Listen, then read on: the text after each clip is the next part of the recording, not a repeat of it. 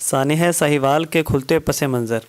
حادثہ تو اچانک ہوتا ہے، لیکن کچھ حادثات دکھنے میں تو بس اچانک کے غلطی کی وجہ سے رونما ہونے والا واقعہ ہوتا ہے۔ جب اسے تحقیق کی نظر سے دیکھا جائے اور اس سے جڑی مختلف چیزوں کا جائزہ لیا جائے تو اس کے بہت سارے پس منظر سامنے آتے ہیں۔ سانحہ ساہیوال کا ظلم ہونا اور مقتولین کا بے گناہ ہونا تو پوری قوم تسلیم کر چکی۔ یہ ریاستی ادارے CTD کا ایک شفاقانہ عمل تھا، لیکن کہانی اتنی سادہ نہیں۔ اہل دانش و تجزیہ نگار اس کے مختلف پس منظر واضح کرتے جا رہے ہیں۔ سوشل میڈیا پر مذہبی لوگ بجا طور پر شکوہ گناہ ہیں کہ ظلم تو کسی کے بھی ساتھ ہو ظلم ہے، اس کے خلاف آواز اٹھانا چاہیے۔ لیکن کیا وجہ؟ یہی CTD جب مذہبی کارکنان کو بے دریغ قتل کر رہی تھی تو کیوں اس پر اس طرح کا احتجاج نہیں ہوا جیسا کہ سانحہ ساہیوال پر ہوا؟ معروف سینئر صحافی اور نجی TV چینل کے مشہور اینکر جناب حامد میر نے ایک TV ٹاک شو میں انکشاف کیا کہ CTD اب تک پنجاب میں 350 لوگوں کو لاپتہ کر کے قتل کر چکی ہے۔ سنیے حامد میر ہی کی زبانی۔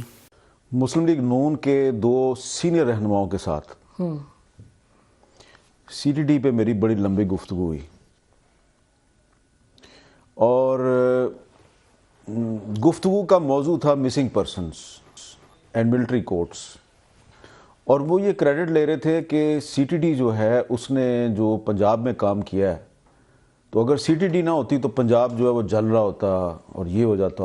اور کیا وہ کہہ رہے تھے کہ 350 لوگ جو ہیں نا ان کو ہم نے انکاؤنٹرز میں مار دیا ہے۔ تو وہ اتنی خوفناک ڈیٹیلز ہیں کہ میں آپ کے ساتھ شیئر نہیں کر سکتا، جو کہ اس حکومت میں، پنجاب کی حکومت میں وہ دونوں اہم شخصیات شامل تھیں، اور وہ اتنی مجھے خوفناک ڈیٹیلز بتا رہے تھے کہ ناقابل بیان ہے۔ خوفناک ان دا سینس کہ انہوں نے دہشت گرد پکڑے یا خوفناک طریقہ کار؟ یعنی ایکسٹرا جوڈیشل کلنگز کے حوالے سے بات کر رہا میں۔ اور اسی دن پھر میں نے ایک ٹاپ سیکیورٹی آفیشل جو ہیں ان کو یہ کہا کہ مجھے لگتا ہے کہ جو 350 بندے پنجاب سے غائب ہوئے ہیں وہ اب اس دنیا میں نہیں ہیں، اور وہ جو مسنگ پرسنز کی لسٹ ہے اس میں وہ لوگ، تو انہوں نے کہا کہ جی اچھا آپ کو بڑی لیٹ پتہ چلا، ہمیں تو بڑی دیر سے پتہ ہے، یہ تو ہمارے کھاتے میں پڑے ہوئے ہیں۔ سوال یہ اٹھتا ہے کہ اتنے انسانوں کا ماورائے عدالت قتل کیا خود دہشت گردی نہیں؟ کیا یہ ریاستی اداروں کا اپنے ملک کے عدالتی نظام پر عدم اعتماد نہیں؟ کیا آئین و قانون عوام کے فیصلے کرنے سے عاجز آگے ہیں؟ کیا قانون سے متعلقہ تمام ادارے گویا ناکارہ ہیں جو دہشت گرد کو سزا نہیں دے سکتے؟ یا معزز جج مجرم اور ملزم کے درمیان فرق کرنے سے قاصر ہو گئے ہیں؟ یا پارلیمنٹ میں موجود عوامی نمائندے درست مؤثر قانون سازی کی اہلیت نہیں رکھتے؟ اسی طرح ایک اور معروف صحافی رضوان رضی جو مشہور زمانہ دادا پوتا شو چلاتے ہیں، انہوں نے سانحہ ساہیوال کا پس منظر بیان کرتے ہوئے اپنی ایک ٹویٹ میں انکشاف کیا ہے کہ ہمیں محکمے کے اندر سے اس طرح کے واقعات کی سیریز کرنے اور پھر اس کے آڑ میں پنجاب میں 50 ارب روپے سالانہ کے عوض رینجرز کے تھانے بنانے کی اطلاع ملی تھی، جبکہ اس سے قبل 22 جنوری کو ان کے ایک ٹویٹ اور بھی اس سے ملا کر دیکھیں تو ان کی بات مزید نکھر کر سامنے آئے گی۔ جعلی پولیس مقابلے بے نقاب ہونے پر اب CTD امریکی فنڈنگ قاتل گروہ ایک اور طریقے سے روبہ عمل ہے۔ بلوچستان میں شاندار کامیابی کے بعد اب پنجاب اور سندھ میں بھی ملزموں کی خبر دی جاتی ہے، پھر انہیں قتل کر کے دفنا دیا جاتا ہے۔ کچھ ماہ بعد وہ رسا کو بتاتے ہیں کہ یہ ان کی قبر ہے۔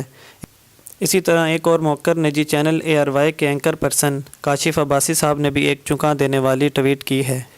کاشف عباسی کہتے ہیں کہ عمران خان صاحب CTD کو پنجاب پولیس کے کھاتے ڈال کر غلط معلومات فراہم کر رہے ہیں۔ ہر ادارے کو اپنے دائرے تک محدود نہیں کریں گے تو یہ ظلم بند نہیں ہوگا۔ CTD کے بدلتے بیانات میں سے ایک بیان یہ بھی تھا کہ ہم نے Sahiwal operation intelligence based information کی بنیاد پر کیا تھا۔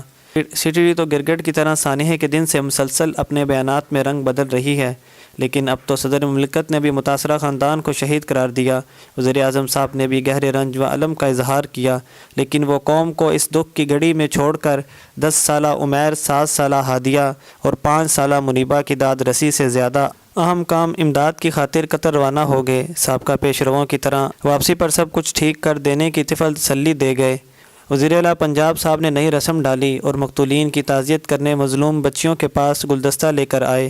شاہد روح زمین پر افسوس اور تعزیت کا یہ انوکھا طرز ان کی جماعت کے ماٹو تبدیلی کا عکاس ہو کے کچھ اور تو تبدیل نہ ہوا۔ پولیس گردی نہ دن دہاڑے قتل و غارت گری، نہ ظلم مٹا، نیا پاکستان بھی پرانے پاکستان ہی کی کاربن کاپی نکلی۔